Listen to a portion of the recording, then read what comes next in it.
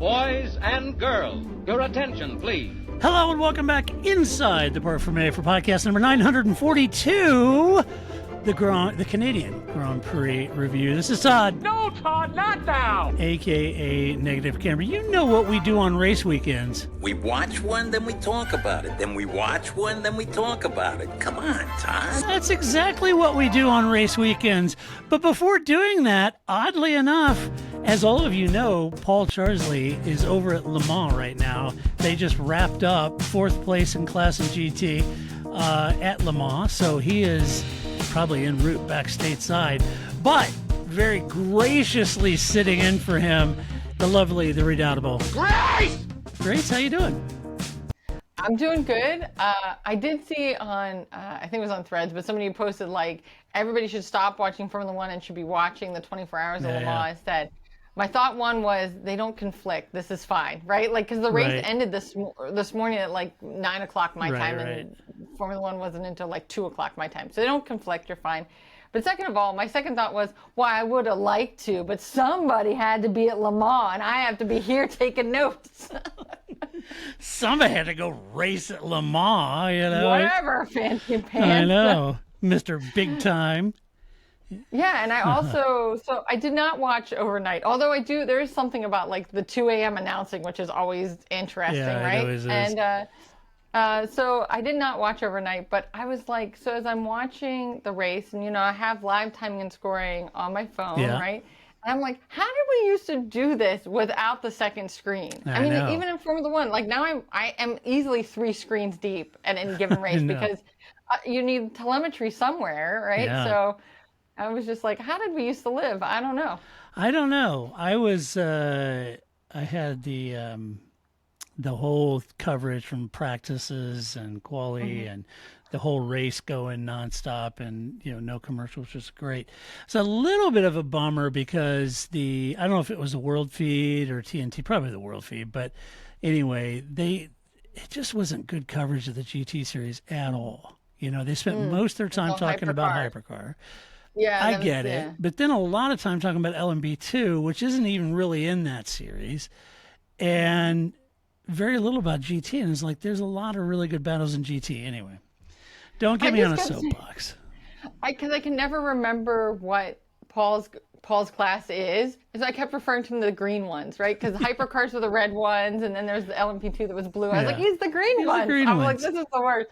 You think I don't do this for a living or something, right? Like, oh, he's in the green class. Right. LM something H something 3. I don't know. LMP hyper H. It's too many letters. There's like 5 letters and a number. I'm like, I can't. There's a lot of acronyms there, isn't there?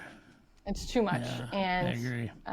You know, so, but yeah, good job, Robert Kubica and his team. Yeah. That was great. Robert Kubica taking the victory with AF Corsa Ferrari on top. Not the Ferrari probably rather have the 2 red Ferraris on top, but it's a Ferrari nonetheless. Yeah, Flip thought it was okay because it was yellow. It was. So therefore, it was nice. you know, even though it wasn't a Corvette, it was okay. It was yellow. So. Yeah, it was yellow Ferrari. So and who knew? Good for Bobby K. Yeah, who doesn't love that guy? So, you know. That's good. Right on. Well, let's jump in the Canadian Grand Prix. Well, you and I got that watched. Paul didn't. He was going on no sleep, so he's probably sleeping. You know. I know. He's a machine, that Paul Charsley. A machine. So let's jump into the race, do a little formation lap, to set the table here. What were people talking about heading into this weekend? Really, most of all the talk was about Max's point, and, you know, he's got 1 point left, and and then George's quip about, well, I've got more points on my license, so let's see what happens in turn 1. But all the talk was, you know, would Max, you know, reel back some of his aggressive driving style. And it was all, you know, listening to the Sky pundits, it's almost a foregone conclusion. They were, you know, oh, Max and George, they hate each other. They're going to go into turn 1. And and clash, and everybody was just bated breath waiting for the big crash at turn 1 between Max and George. We got a crash all right between two cars. It wasn't those two cars. No. Two different cars. I did want them because, like, you know how, like, Max, like, when he pulls out, it's visual, sorry for people listening to this, right? But he doesn't pull straight into his box. He pulls, like, angled, right, for the direction he wants to go. Yeah, George was too. I know, but I wanted them to be pointed at each other. Right? more directly pointed at each other. Correct. Yeah. Not where they wanted to go, but towards each other, right? Like, so, right. like that's the start I wanted. But Right. I agree. This is sort of like we're just trying to make a molehill out of an anthill, or so whatever the phrasing mountain is, out of a right? molehill, yeah. There you go. Mountain out of there's no anthills, whatever. A mountain out of a molehill because they're not going to take each other out. This isn't like demolition derby, right?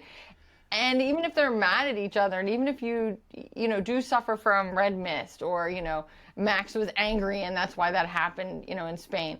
But that's not the same as I'm going to turn my car at him and spear him. This isn't sim racing like, like my friends, right? Like, that's not how this works. He's not going to be waiting in Rasgas to pull into him, right? Like, that's not how this works. That's right. Right. So he's, and even after the race, he was first congratulate George. They were cordial in the cool down room. And, that was, he was fine.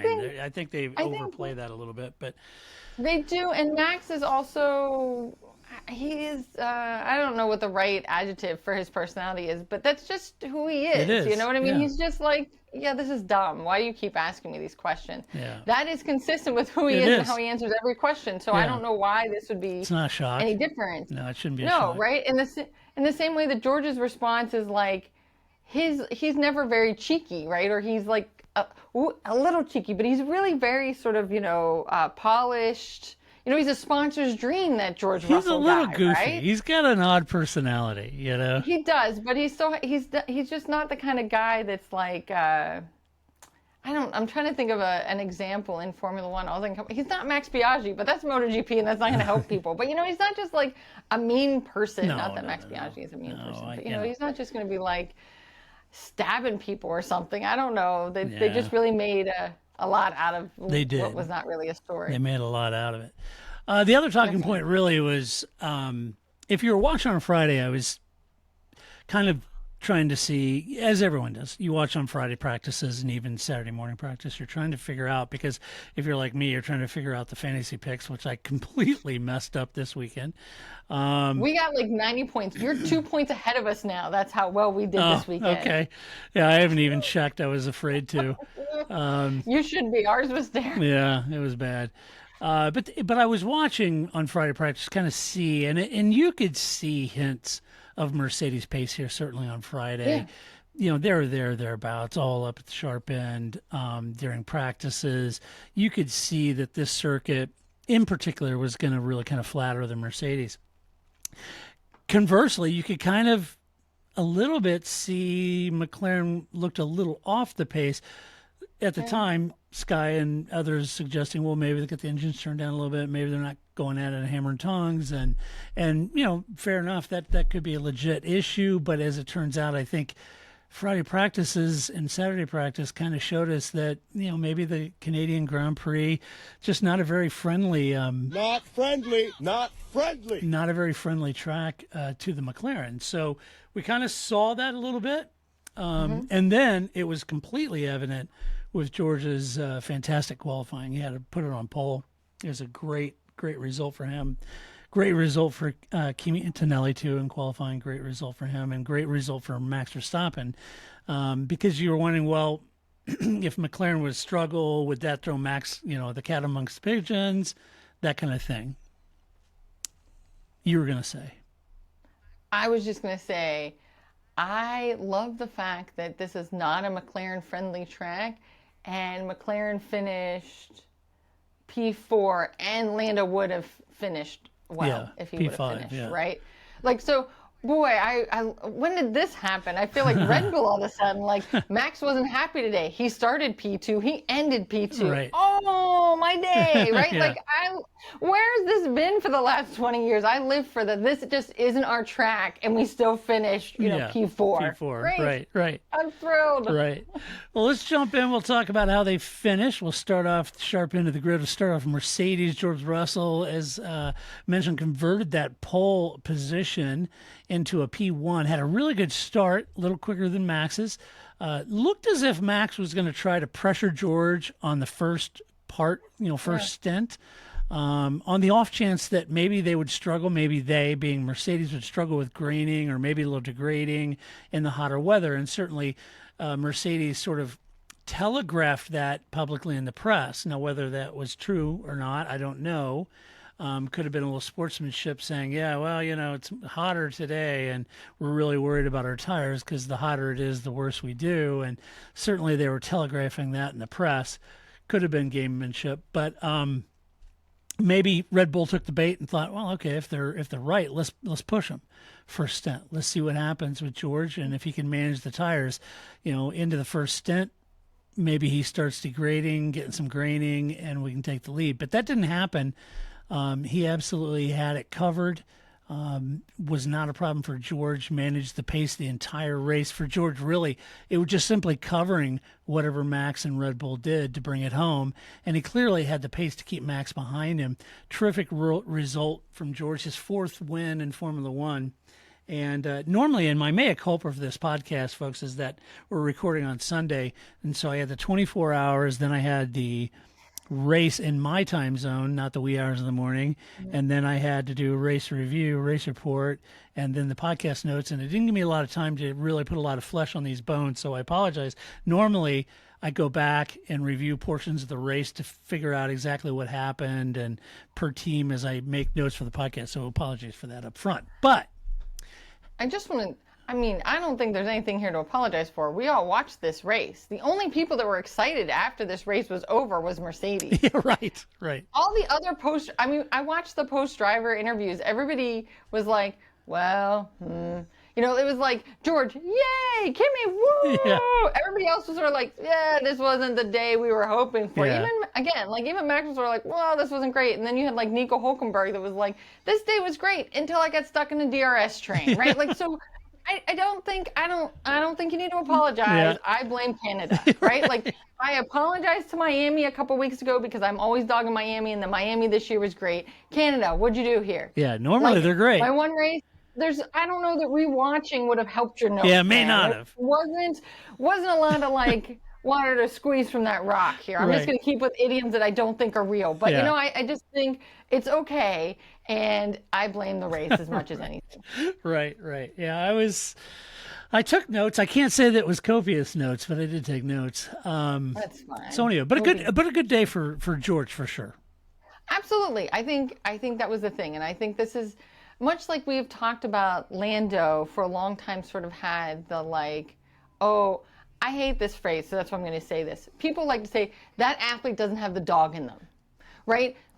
So if you go with that, like Lando doesn't have the dog in him because he plays video games and he has all this social media stuff and he has his own merchy stuff and he's kind of like this. And so for a long time, people really didn't take Lando seriously.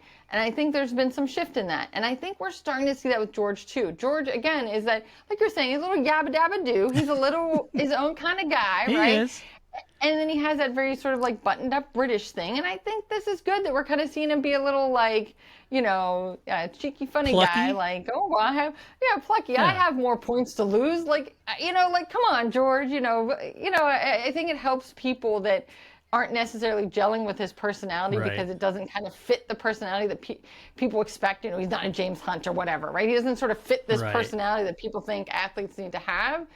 So I think this is good that we're starting to see him kind of like come into his own. Yeah. He's not in Lewis's shadow, and he's leading this team, and he's out there and he's telling people that I came here to win and I'm going to keep winning. So I think this is good to see George this way. I do too. I don't know him. I don't know what he's like to be around. I don't know anything. I've not met him. I don't know.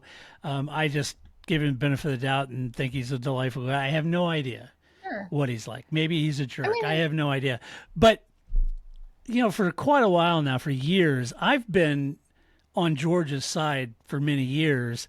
I was telling him he should have left Mercedes when they didn't move for 2 years. They should have got rid of Lewis, and they didn't. And I've been saying now for a year and a half or more that he should go to Aston because the British team, this would be perfect. Because then they got Newey, and that was even better, and all of this stuff. But it's kind of one of those things, Grace. Everybody says, why are you so on Mercedes and Toto about George? They complimented him, all that. Yeah, okay. Seriously, read the tea leaves. The guy just put it on pole with a fantastic performance. He just won the race from the pole, right? Managed Max Verstappen and everybody behind him. After the race, he gets done and he's cooling down, and after the race, it's on the radio. It's just nothing. And he's like, "Talk to me." Nothing. Hello. Nothing. Talk to me. Somebody... Nothing. Talk to me. Cool. And finally they go, it? "Yeah, good job." And he's like, "Yeah, okay." It's like, cool. Come on, man, throw the guy a bone. And meanwhile, Toto's like, "Oh, grande, Kimi, Kimi, so grande." Poor George over here just drove his heart out this week. You know what I mean? I'm trying to overplay this. I swear I'm not, but I mean, you don't have to be a psychologist to look at the behavior here, You know, and he has an engineer. Like, I get it. Toto can only talk to one of them at a time. Yeah. But he has a race engineer that's just his. Yeah. So there's always somebody that's on there telling you this is great. And then eventually the team principal would come on because he has to talk to both of you and he can't talk to both of you at one time. Yeah. But I hear that. Weird. I don't know. So that's why, Yeah. the faster he could get out of the Mercedes camp, I think the happier he would be personally. Yeah, and then maybe that would give him some space to have, be a little bit more of his own man. I don't know. I don't know either, right? Something. But I do think, and now they're back into P2 in the constructor, so take that. Yeah. So they're back up to P2, so it's good. Kimi Antonelli, P3. Yeah. Kimi had a great move on Oscar at the start. Very mature move. Read that corner perfectly. Took a little bit of the gamble, saw the gap, moved in, got around him at the start. I thought it was a great move by Kimi. Managed to keep Oscar back and behind him, even in the final lap. So Oscar was closing in on him, and Kimi, I think he was on slightly older tires and struggling to keep him behind, but a very measured drive from a rookie. This guy's a teenager and didn't put a foot wrong in either attacking or defending. He did both fabulously. He even led briefly, but he didn't get ahead of himself. He marked the McLarens, and so when they boxed, he covered them. Meanwhile, George was covering Max, and so Mercedes strategy certainly on point. Great to see him win a race again, and just couldn't be happier for Kimi. I just think this young man is exceptional, and you can understand. Well, Toto is grande Kimi. He's going up, and you can see it. But Kimi is an extraordinary driver. Absolutely. Yeah. Absolutely. I did also, you had mentioned about, that, Mercedes just kind of playing the well, it's really warm today. Maybe we'll do some good. Yeah. We all watch Vegas, right? So then maybe they are overselling the fact that they aren't as good in the warmth, but we all watch Vegas. You were great. So there is some truth to that, even if they were overplaying it, right? And, but I do think these upgrades, I think they will continue the uphill climb of doing well at all tracks and not just the really cold one in Vegas. Yeah, I agree. And hopefully that's a sign of things to come. Although George kind of played it down, but he said I don't think it's. I mean, that's rightly so. Yeah, he goes, I don't think we're in a situation where we're going to be great and vying for wins at all tracks. But we knew this track would suit our car, and it did. It's sort of like you walk into a meeting and people are like, "Oh, Grace, I'm so glad you're here." Oh, okay. Let's tamp down those expectations a little bit. I'm really just here for the yucks and the snacks, right? I came for the Krispy Kremes, man. Right, maybe I'll say something insightful, but let's tamp that down and not make that sound like a given, right? Exactly. So I think that's only fair. You kind of want to keep expectations medium. Yeah, you do. Let's see, Red Bull Max Verstappen P2, Yuki Tsunoda P12 Max. Seemed like Mercedes seemed to have some pace in Canada, nearly taken pole position, and I'd argue that it may. The only reason I say it could have been a little more track specific for the Red Bulls because they didn't bring any updates. So it wasn't like they brought updates and all of a sudden, you know, he nearly put on pole. I kind of feel like this track just liked their car better than Spain.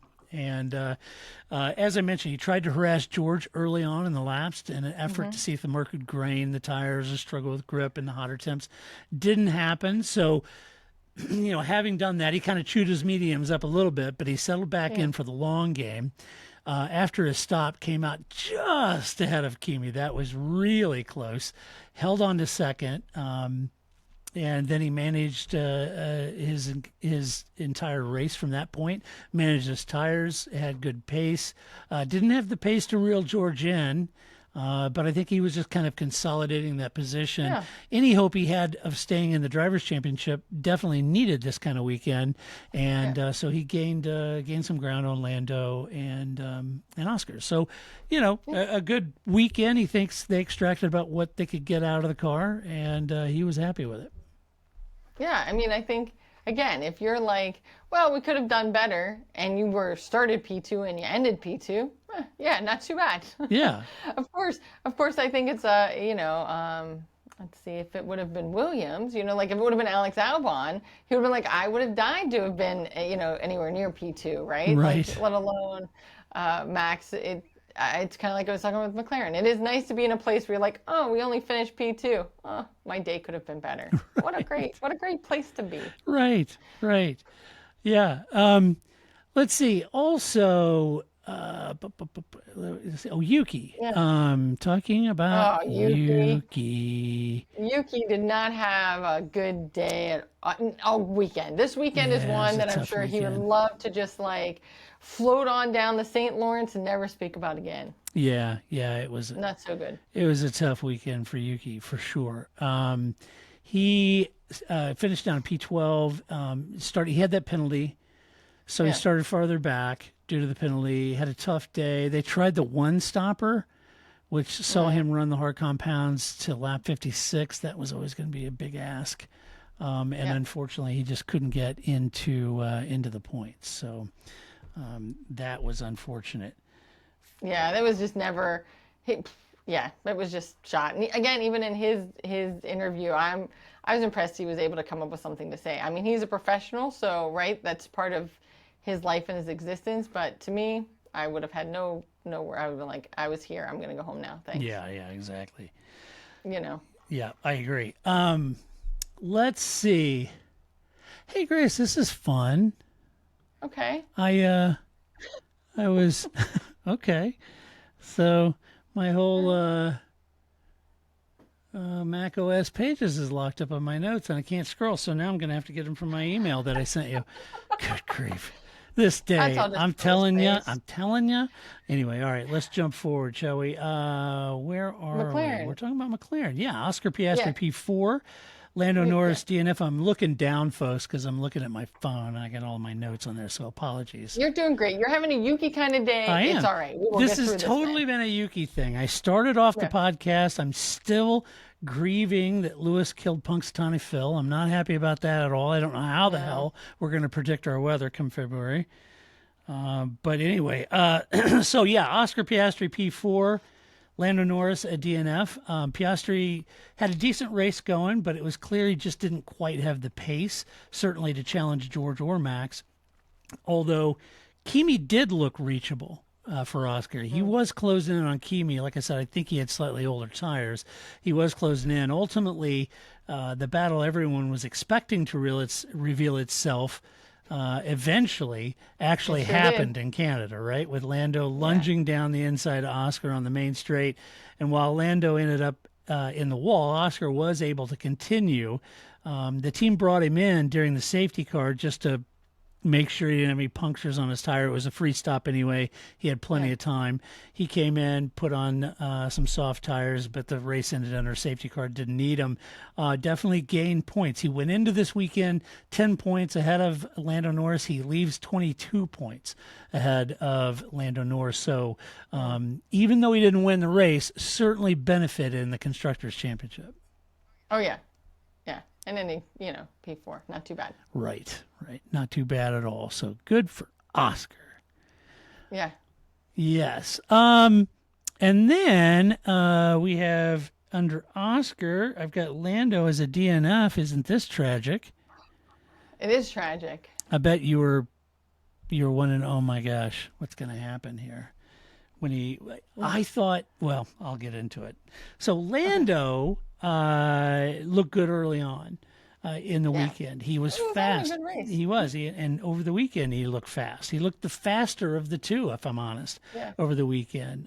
You had, I think in qualifying is when it started to unravel a little bit. But up until that point, I really felt like he was the faster of the two.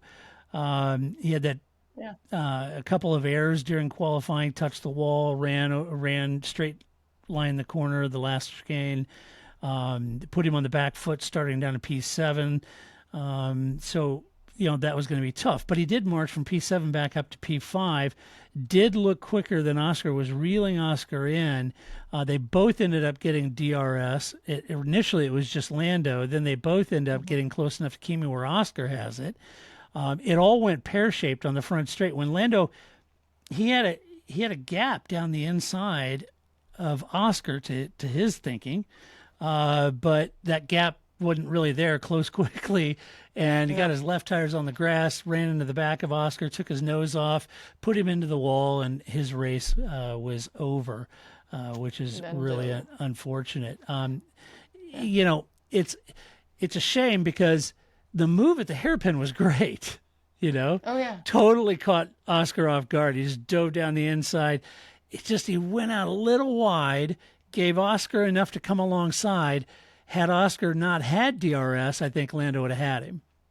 But because they both had DRS at that point, Oscar was able to pull back in front. And then that really put him into making that hairy move down the front straight. It's a shame because these unforced errors are ultimately what's going to see Oscar as the world champion. Yeah, I don't disagree with that. I think the thing is that if I was, Andreas or, anybody at the team, his engineers, anybody like that, I actually wouldn't be too hard about this because I think the thing is what you want, the worst thing that could happen is he loses confidence in himself or in the car. Right? And so I think in basketball, we see it. Basketball, you have more opportunity. So it's much harder in racing because your opportunities are only 20 or 80, whatever, how many races we have now this season. But, I think but if you think of like in a basketball game, if you make a good shot, but it doesn't go in, you can't be too critical about that. That shot should have gone in, right? Sometimes that's going to happen. So I think everything he did would have led to the shot going in, except didn't go in.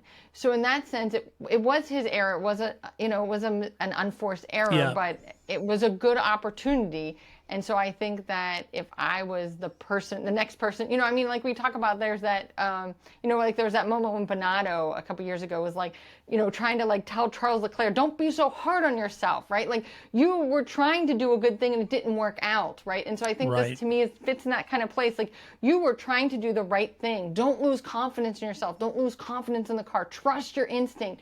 Sometimes you're going to you're going to stay out on slicks in the rain and you're going to be Brad Binder and you're going to win the race. Sometimes you're going to stay out on slicks in the rain and you're going to be Lando Norris and you're going to crash at Russia. So you know what I mean? But like both of those hero to zero kind of moves, I want you to make those if I'm the person behind you, whether I'm your team principal or your engineer or something like, or Zach Brown, your CEO, right?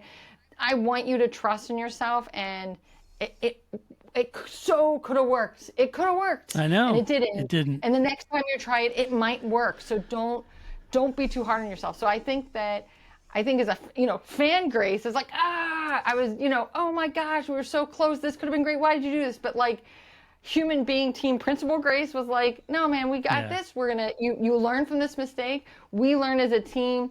We see where this is going to go. You didn't take each other out, right? Like up until that moment, you were very clean against each other. You didn't tracing point this thing and crash each other out, right? Like this all could have gone worse.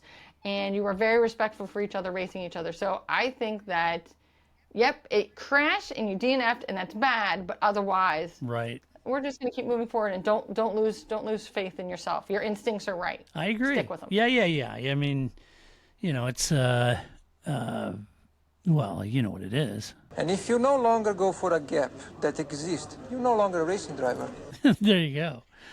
And if you go for a gap that doesn't exist, you're Pastor Maldonado. Why does nobody ever finish that quote? Right. Let's see. Ferrari, Charles Leclerc in P5, Lewis Hamilton P6. Charles was upset with the team that they chose to go for the two-stopper. He thought he could make it on a one-stopper on the mediums. He said that why did we go with this? Why are we boxing? Why do we switch to the hards? Or why aren't we boxing yet? They said we don't want to run too many laps on mediums. He was like, I'm fine on the mediums, and then he was wanting plan C. They were on plan B. It just seems like it got a little confusing for Charles and the team. Well, it may not have been confusing the team. The team had all the telemetry. They made the decision we're on plan B, whether he wants plan C or not. But that's kind of how that all played out. Go ahead, Grace. Yeah. No, I was just gonna say, but that's the opposite problem. I mean, this is classic Ferrari, right? But as a driver, this happens to all of us, right? Most of us all have a boss. My job, if my boss says, we're gonna do this, I go, I don't think that's a good idea, boss. And my boss goes, why? And I go, well, here's where I see it. And he goes, I hear what you're saying, Grace. That's not what we're gonna do, okay? And then I go, okay, well, my job has been done, right? We've discussed it. We've assessed everybody. We've brought in all the information we can. We're making the best decision we can. Sometimes you have to make some other decision, right? Right. That's fine. And then, Charles or Lewis should just go, okay, I'm telling you what my situation is here on the track, but you guys have the telemetry. I trust you. That has never existed at Ferrari across any of their drivers in the modern era. And I think that's where the problem is that then they don't trust them when they say, no, I hear what you're saying, but we're going to go with plan C. And they're like, okay, I'm just not going to come in because we're actually going to go with plan B. Yeah. That's a problem. Yeah. That's the problem. Right. Yeah, there's a lot of people talk about the communication, Lewis trying to figure out the communication of the team and his new race engineer, and it takes time to get, a cadence with them and all that. Okay. Maybe a race. But not this far into the season. Well, that's a nice platitude, but all you got to do is look at Charles. He's been there how long, and he still has issues trying to communicate with the team.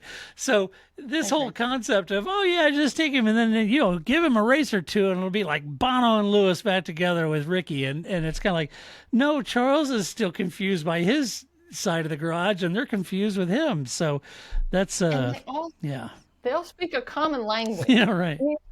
In MotoGP, there's this discussion of because Honda often has problems. So Luca Marini, who doesn't speak Japanese, right? And so he learned that they speak English, but they take him very literally. So if he says you should make it like this, then they do that. And he's like, whoa, I'm just speaking hyperbolically. I spoke too big, right?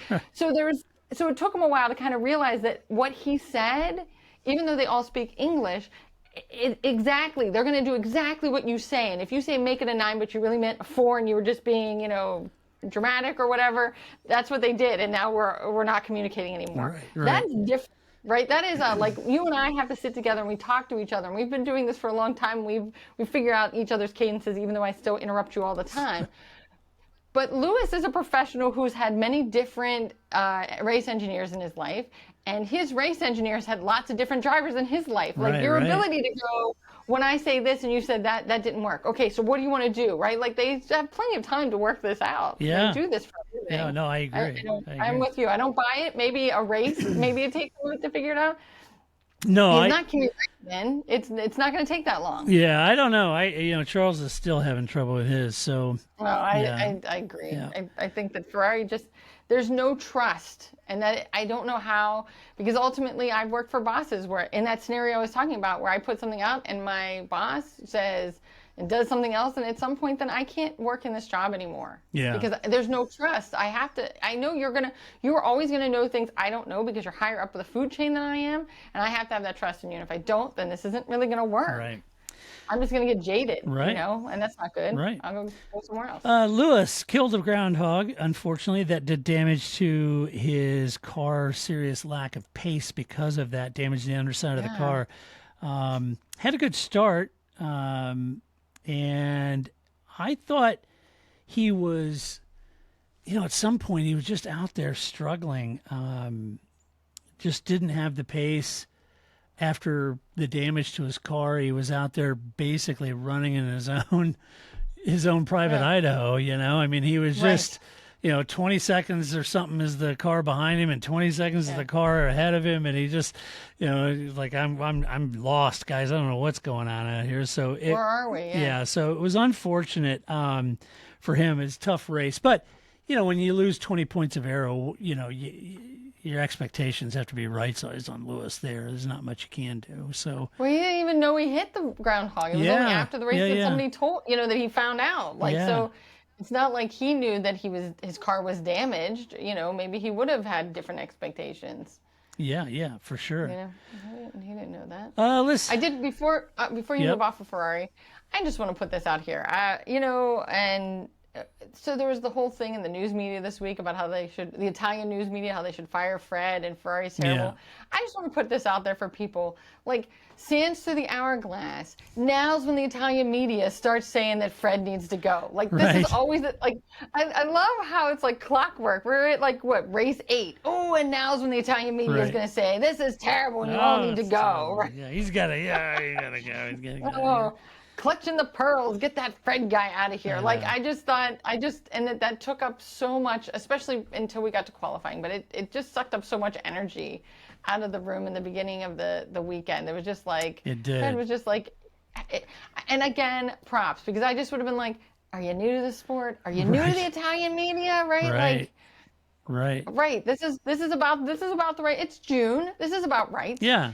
That's when they tell me I should be fired, and then we'll keep going. Right. So, Well, and I saw somebody online saying, they got rid of all the personnel and all the engineers. They changed both drivers. They changed team bosses and blah, blah, blah. And the only thing left is get rid of Fred. And I'm like, good point there, Tiger. But they had Mattia Binotto and before that. And then they've went through a lot of team bosses, too. They said this about Jean Todt, and he's the last winningest team principal they had. Yeah, so they've changed team bosses at Maurizio Arrivabene. Yeah, right? That's right. Mattia and I even met him in Austin. I can't remember his name. The one before Maurizio. I can see his face. Yeah, he was a super nice guy, but anyway, there's 3 before they got to Fred, so they've been through. Right. Let's see. So don't worry, people. I did love too that Jonathan Noble, of all people, who's been around for and does this professionally for a long time, was like, well, when one Italian press says it, you don't worry about it, but there's 2. Like, I like that Jonathan Noble really had to try hard to make this into like a story, right? Like, he knows there's no story there, and he's like, but two of them said it, so maybe it's an issue. It's not, man. And he knows it. I enjoyed it, though. Let's see. Good job. Aston Martin, Fernando Alonso, P7, Lance Stroll, P17. Fernando had a good weekend on balance, good qualifying, then a nice race to a P7. The upgrades they recently brought out really do seem to be working. Yeah, I think so, too. They've got him more competitive, and not just at this track. I don't think it's necessarily that this is track-specific so much. I think in aggregate, I think the upgrades have benefited in the hands of Fernando anyway. He seems to be making the most out of it. So it was a decent race. Interesting that he did the entire race. I think I was looking at the Pirelli picture. I think all the tires he used in the race were all scrubs. Oh. Yeah. I didn't realize that. Started on scrubs, pitted, switched to scrubs. Yeah. So that was interesting. It was kind of tell us that maybe the delta between scrubs and new tires wasn't as dramatic here as we've seen previous races, right? That could be. That could be with Canada. Yeah. So before you move off Fernando Alonso, though, Can we talk about his mustache? Yeah. I know that's more Albon's Cat's material, and that I'll be here next week too. But I'm just saying, like, can we talk about this mustache? Why does? First of all, I mean, Emerson Fittipaldi was there, so this is all the more. I'm trying to convince Flip because he has now a full beard. I'm like, right. You're just grow him out. Go the full emo. That's all you're missing in this look now. You have a beard, you have a mustache. Just grow the sideburns. Go full emo. And so I think that. We all know that Alonso could do that, right? Yeah. I mean, we've seen those eyebrows. He could grow that beard right now. You go full emo. What are you just doing the mustache? What are you holding back, man? Just go for it. Start to grow it long, It'd be good for him. Let's see. Exactly.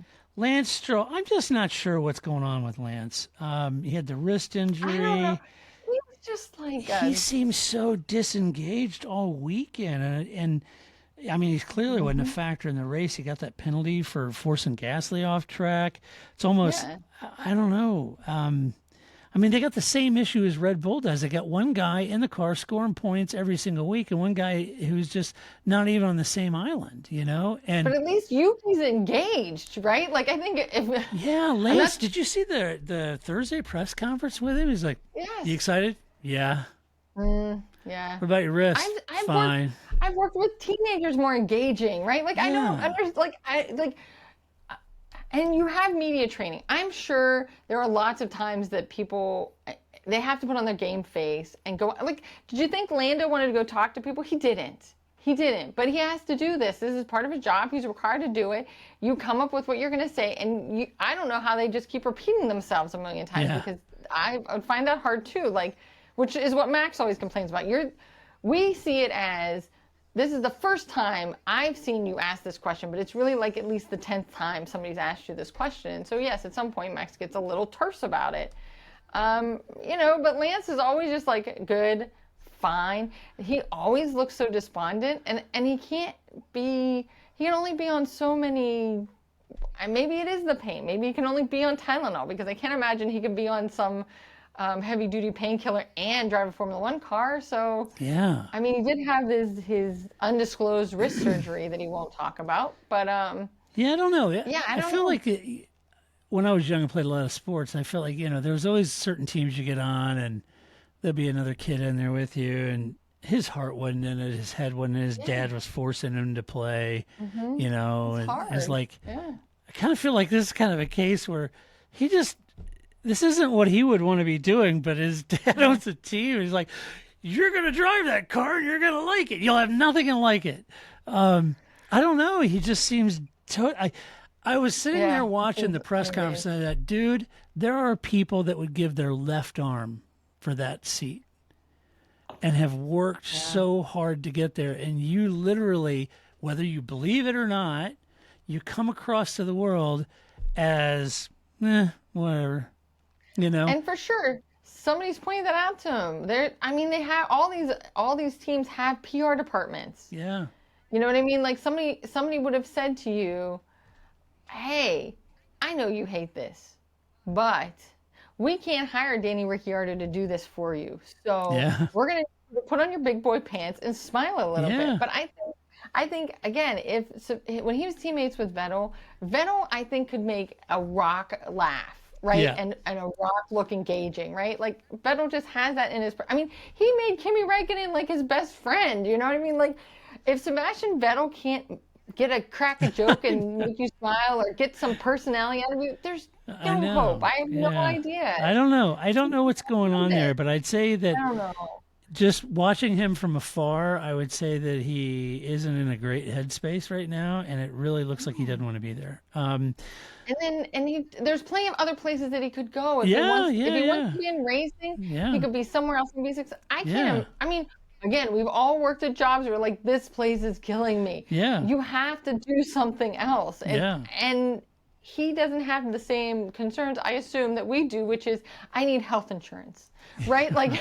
Right. I don't know, right? Like, very true. So maybe I have to drag on in this terrible thing because Cobra's really expensive, right? Yeah. Like he doesn't have that, I assume, problem. So yeah, what are you don't doing, I my know friend? that problem? I know you do, right? That's what I'm saying. Like, Yeah. I have stayed in a car. I'm like, this job is killing me. Health insurance, right? It's terrible. And so I don't recommend that. So I'm saying, Lance, if you don't want to be here, man, life, the space between birth, death, that dash, very short. Yeah. Do something else. Don't waste your dash on this. I agree. If you don't want to be doing this, don't do it. Don't do it.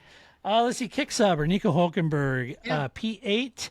Gabriel Bortoletto, P12. Another point-scoring race for Nico. It makes you wonder, just wondering, if we're starting to see some of the effects of Jonathan Wheatley and Mattia Venato and maybe even Audi dipping in now. Are we starting to see some impact that these folks are starting to have on this team? I think so. You know, Nico is delivering. If you give him a car to do it, he's going to do it. Right? Yeah. And this is 2-point scoring on the trot. I don't want to get ahead of myself here, but a great result for him. He looked pretty quick most of the weekend, but a great result. Yeah, he inherited it when Lando crashed. He would have been P9, but still a great result for Sauber.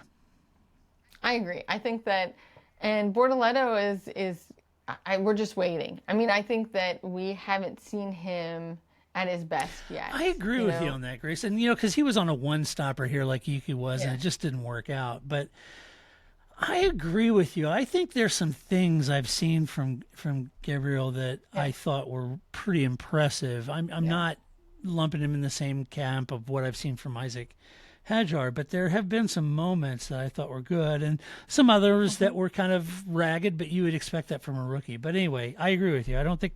And I think everybody speaks very highly of Gabby. I mean, nobody has been like, well, he's fine. So I think, and I mean, Hulkenberg is very also positive about him. So I think it'll just be time, and probably at another team that isn't, whether that becomes Audi or it's just not at this team. Right. I think it's hard to really get a good assessment of who he is as a driver. Agreed. Williams, you've got Carlos Sainz P10, Alex Albon DNF. Carlos grabbed a point with Lando's crash, but he had a lot of hard work to do to recover from his position where he started. Two very unhappy drivers in their post-race interview. Yeah, they were both like Carlos unhappy. was like, I got a point. Whee! Like, great. I know you're all just trying to cheer me up, but I got a point. Great. Yeah. Cool. Yeah, they were both in, Alex is on the radio arguing with the team, wasn't happy. Why listen to me? It just, it was not, I mean, for the team listening on the radio, the stuff they went through on Friday, Saturday, and Sunday, listening to James Vowles on the pit wall, for them to come out of this weekend with a point, I think, is a real cherry on top. It's a little bit of a bow on a present wrapped in a brown paper bag. It was a very ragged weekend for this team, and yet they managed to claw a point out of it. So kudos. Yeah, I look forward to seeing what Val's verdict is going to be this week. Right? That's going to be a spicy podcast. Yeah, exactly. Get your zoom in feature ready because you're going to need it. Yeah, right. Let's see. Got Alpine, Pierre Gasly. Did you do Haas? I think we missed Haas. I did miss Haas. Thanks for catching that. No problem. Haas, I'm so sorry. Esteban Ocon, P9, Ali Behrman, P11. Here's what I have. Esteban has really picked up the pace in leadership, scoring points again. And it's interesting that while quali wasn't great, Friday's race pace actually did seem pretty decent. So that one lap pace may not have had it, but that race pace over Friday seemed pretty good. And then he managed to turn that around. He would have been a P10, inherited P9 with Lando out. But and I'm happy about that because Esteban's taken a lot of stick, and after running over Gasly at Portier at Monaco, and I kind of felt bad for him. But he's kind of grabbing the reins and wringing some performance out of this. A 2 points finish. They need that with Sauber sort of resurgence, so they've got to take the fight to him. And I think where Ali out of the points, I think Esteban's rising to the occasion. That's a good sign.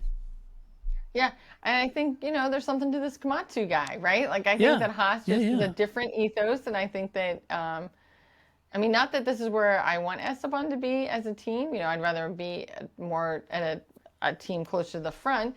I do think that he's found a place, at least, that if he was going to be at a back marker, this seems to suit him better. He seems to be having a more enjoyable time here than he was at his previous employer. Yeah. So that's good. Yeah, no, I agree.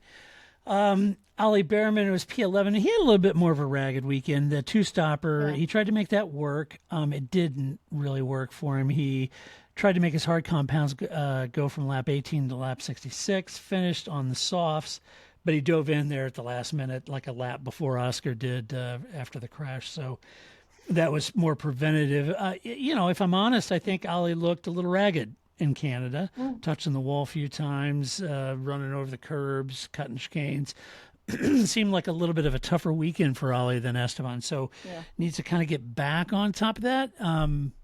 It's tough, Grace, because really they're high, measuring right? against. Yeah, he did. That's exactly where I was going. He comes in really high, had some experience last year sitting in, a lot of expectations on him because he walked in with a little bit of F1 experience, and yet you've got Isaac Hadjar who's absolutely delivering.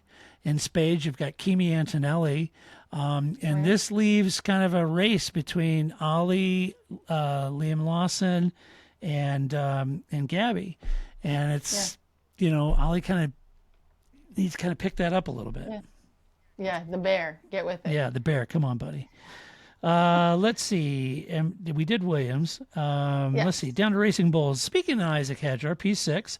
Liam Lawson, a DNF, unfortunately. Alpine, we're at Alpine. We are at Alpine. Good grief. It's really small writing, folks. We'll fix it in editing. It's fine. I'll fix it in edit. Post-edit. Okay. If my notes hadn't locked up, and they're still over here just beach balling away. That's cool. Yeah, it's terrible. We're doing it. We're fine. But anyway, we are at Alpine. Pierre Gasly, P15, Franco Colapinto in P13. Gasly's race was really compromised by bad quality. Then he was ran wide by Lance. That left him in basically full recovery mode at that point. The car just had no interest in Canada. I mean, it clearly would rather have stayed in Europe. It just, in both Franco's hands and Pierre's hands, there just did not have pace around here. No, it was bad. Yeah, and go ahead. Nope, I was gonna say, I know that you also are a fan of the Ted Kravitz notebook. Yeah. But so in the quality notebook, so shout out to Ted for pointing out that Laurent Rossi had said, "I need 100 races to get this team." We're now at 100 races.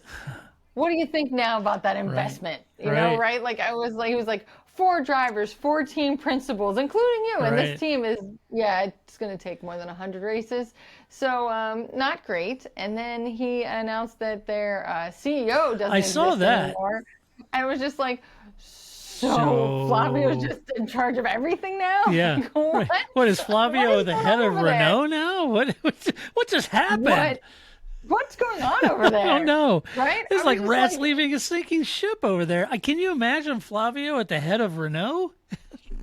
I mean, but even Flavio has to be like, "Whoa, what?" I know, and there was a lot of people talking. Special assistant, and now he's like. I know he's supposed to be a consultant to the CEO, not even a team boss, right? And so now, what's he going to do, and who's the CEO going to be, and all that stuff. And what's bizarre is. There were some rumors that, and it could have been just made up, but I saw a headline say, Fernando and Shock move back to Alpine. And I thought. That was a rumor. I thought, what? Really? And then I thought, well, wait a minute. He and Flavio are like this. That wouldn't surprise me if he's tired of putting up with the Stroll role over there. So, anyway. I don't know. I just think that team is in such a weird, like, just when I think things at Alpine can't get weirder, here it is. That who's running that team? We don't know, and I don't know that Flavio wants to be running the team, right? Like, being a consultant, right? A special advisor. That sounds. I want to be I'm a special advisor to this podcast, right? That means I don't do stuff. I just come and I spew some insightful stuff, and I go home, right? I'm the Kimi Räikkönen of podcasting, but. I don't think that's what I would sign up for all of a sudden if you're like, Grace, you're going to be in charge of everything and I'm done. Like, No, Todd, I'm not here for that. Yeah. You need to be the CEO. I'm not here for that. So know. I can't see where Flavio Briatore is just going to be like, and now I run this whole team. I know. just don't know what's going to happen in 2 weeks when we get to Austria. Who's in charge of this team? It's so strange. So It strange. is a very strange thing. I don't know what's going on. It's all there. very French. It is very Yeah, it's French. very But French. you know, it was just like as if Gasly, and it's almost like, how could this day get worse? Okay, it's worse. It Cool. just got worse. Yeah. Maybe Jack Doohan got out at the best time. Yeah, Jack was really bemoaning, being demoted. Maybe he's getting out at the right time. I don't know. I mean, maybe, man. I don't know. I don't know. Let's see. Colapinto tried the 1-stop 2 box pretty early. I want to say around lap 14-ish or something like that. That left a heck of he had a lot of hard yards from there. So that was difficult. His car just was like Pierre, did not have the pace. Had no interest in being in Canada. So that's where he finished on P13. In his post-race interview, he looked like he'd seen some things. He did. He did. Jalapeno did not look good. Yeah. He looked, he had, it was clear. He looked like he was sitting in the car going, who's in charge of this thing? Then put her in charge, man. Put her in charge. I just think he was just like, hello? Do I still have an engineer? I'm on my own now. Okay. He and George Russell. Hey, talk to me. Yeah, somebody. Maybe it's Gasly and Colapinto just talking to each other, Maybe. right? Like, oh, we're each other's engineer now. Oh, Right. Okay, cool. All right. Yeah. Sure. I'm my own boss. Yeah, great. Yeah, maybe that's what it is. What does your data say? Oh, okay. Let's see. Racing Bulls. Isaac Hadjar, P6. Liam Lawson, DNF. Hadjar, a tough weekend. Look, you can't get every race right, okay? Right. I think Isaac's doing a fabulous job, but you can't get everywhere. This is a tough weekend for him. He had that penalty during qualifying that left him started a little bit back on the grid, had a lot of work to do from there, DRS train in full effect. I kind of felt like he could sneak into the points, but the one stopper on hards just didn't work. Didn't work for him. It didn't do it. No. Nope. It didn't.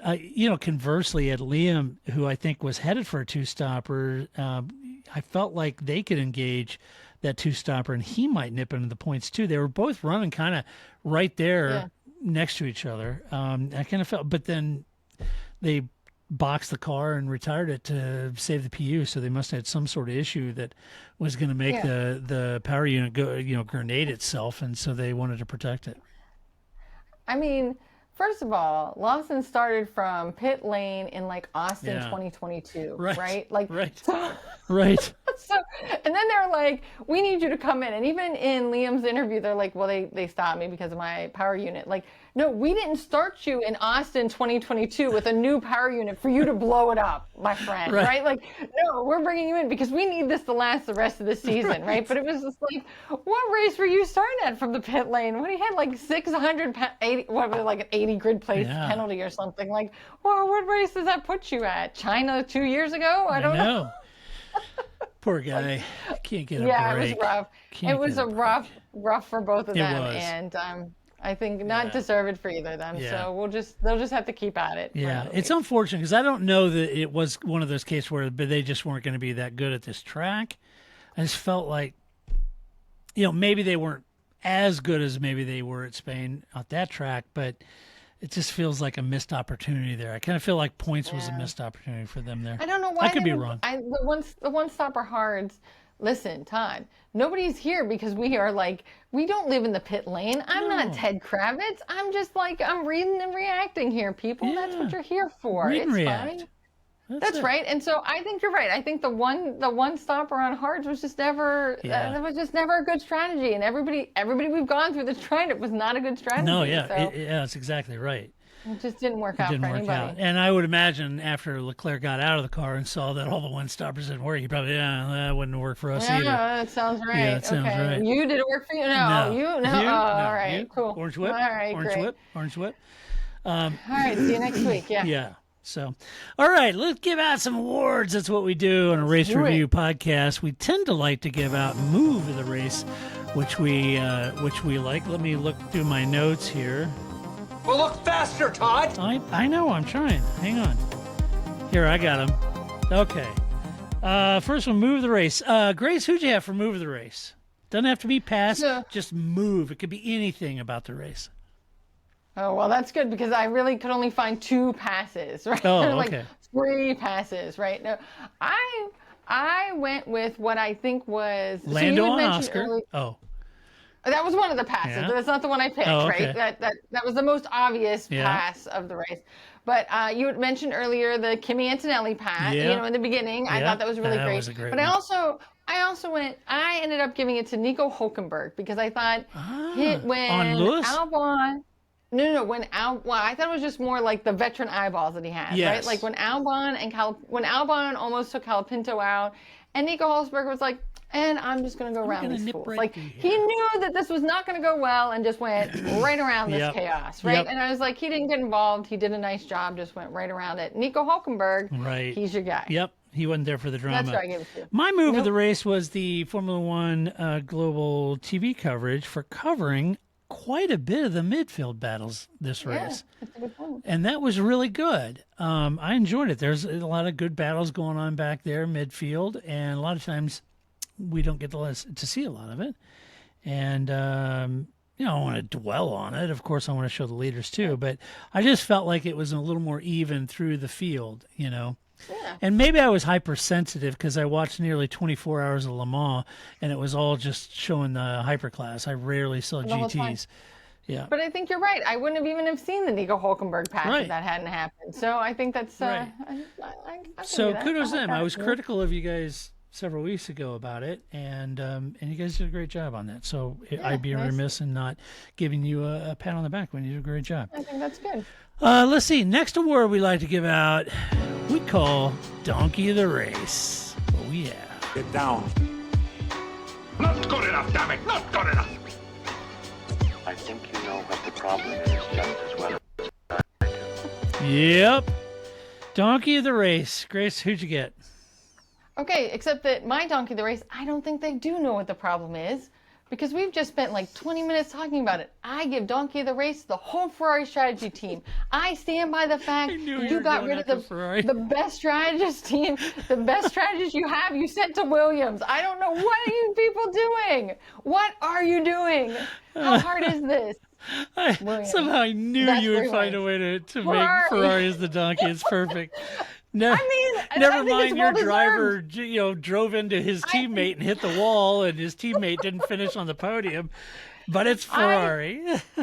I think that awesome. what I wrote in my notes was that, yes, obviously Donkey of the Race to Norris makes the most sense. Yeah. I totally am here for that, right? Yeah. But I also stand by the fact that I think, as I said earlier, you don't want him to lose confidence in himself. So I don't want him to lose confidence in himself. I want him to keep going for a gap, and that gap is going to be there when there's time. So you just keep being you, Lando. Don't lose faith in yourself. And I'm going to give to Ferrari because Ferrari... You're getting the hang of this, Lando. Ferrari should have lost confidence in themselves a long time ago, and yet they still have not. I know. Ferrari, get it together. Who knew? Ferrari. I know. Oh, let's see. My donkey, I had Lando. Yeah. I think that's fair. Yeah. All right. And then the final. Wait, before we move off on Ferrari, right? Because you had mentioned this. I think what makes it most egregious in this race, as opposed to every other race where Ferrari strategy exists, is what you were talking about. Like around lap 63 or so, when like the gap between Norris and Leclerc is 15 seconds and the gap between Hamilton and Alonso is 25 seconds. They're just like, where are they?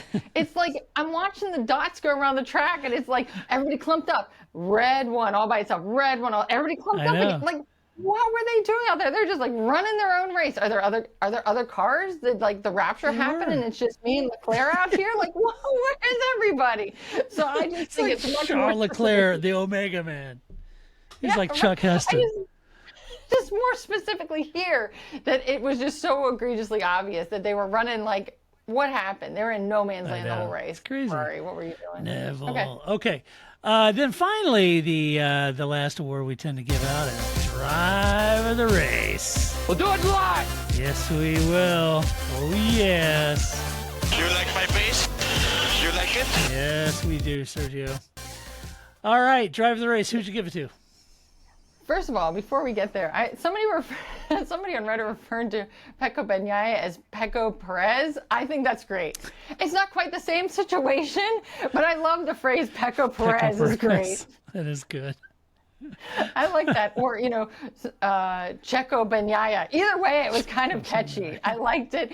Not quite the same situation, but I'm here for Pecco Perez. But nonetheless, I think this is, I don't know who else you could give this to. It has to go to Kimi and Antonelli. I mean, come on. Yeah. It was great. Who doesn't love that? And he was so excited, which we all love too. I mean, it was like Pierre Gasly winning in Italy. You just that kind of like, oh my God, I did this. And he was excited and the team was excited, and George and Max just sprayed him on the podium, and it was just like that it was great. I gave driver of the race to Kimi Antonelli. Totally warranted. The world spoke, and that's who they voted for, and I could not disagree with that at all. Although I'll say, George, I got your back. I'll give you driver of the race because you threw it on pole. And you managed the entire race. Max was never a factor. McLaren was never a factor. Yeah. You managed your tires. You managed the pace. I got to give it to George. You've covered Kimi, which I totally 100% agree with.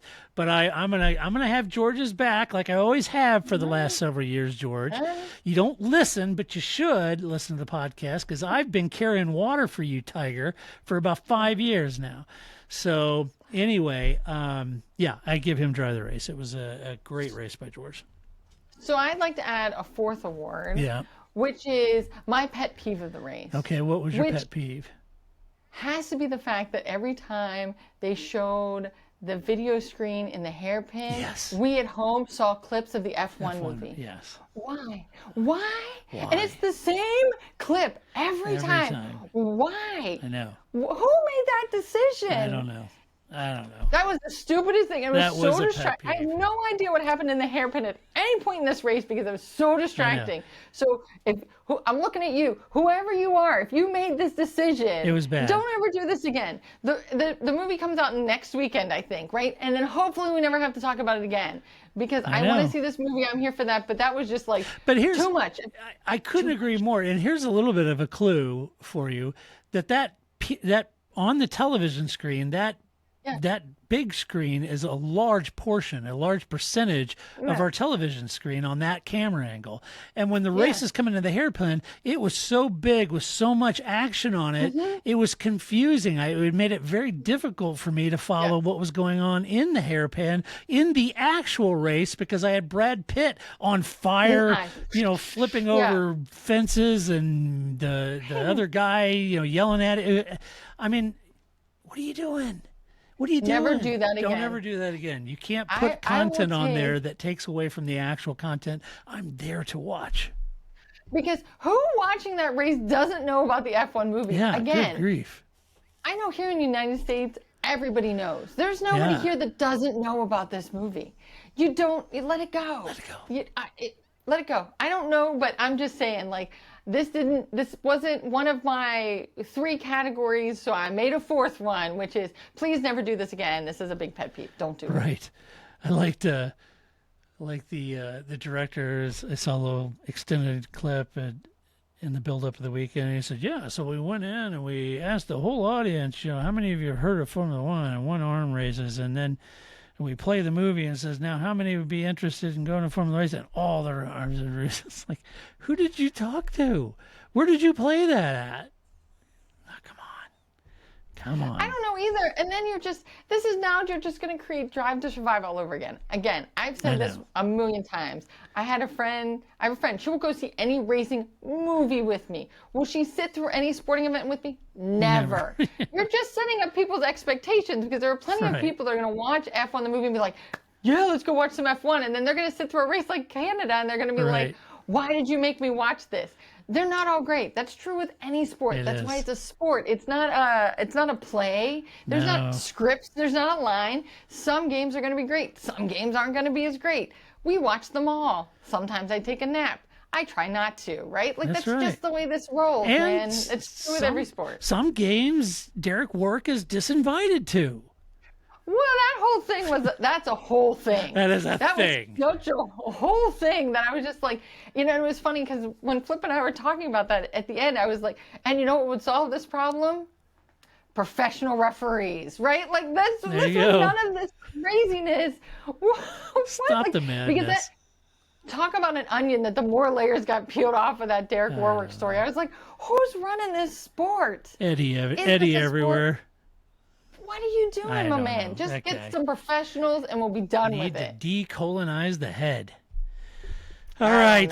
Well, that's what we think about this race. You let us know what you think about this race, and you can do that by going to theparkforme.com and sharing your opinion. If you like the podcast, go to your favorite podcast player and give us a good rating. We would appreciate that as well. I get enough hate. And huge thank you to our Patreon supporters. We could not and would not do with this podcast without you. And if you're listening going, what's a Patreon?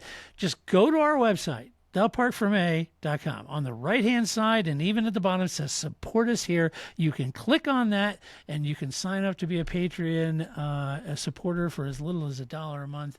And we are incredibly grateful for your support. Weren't those the ghosts in Harry Potter? Time for go to bed. Anyway, all right. Until next week when we come back to do it all over again, this is Todd saying so long, Grace. See you next week.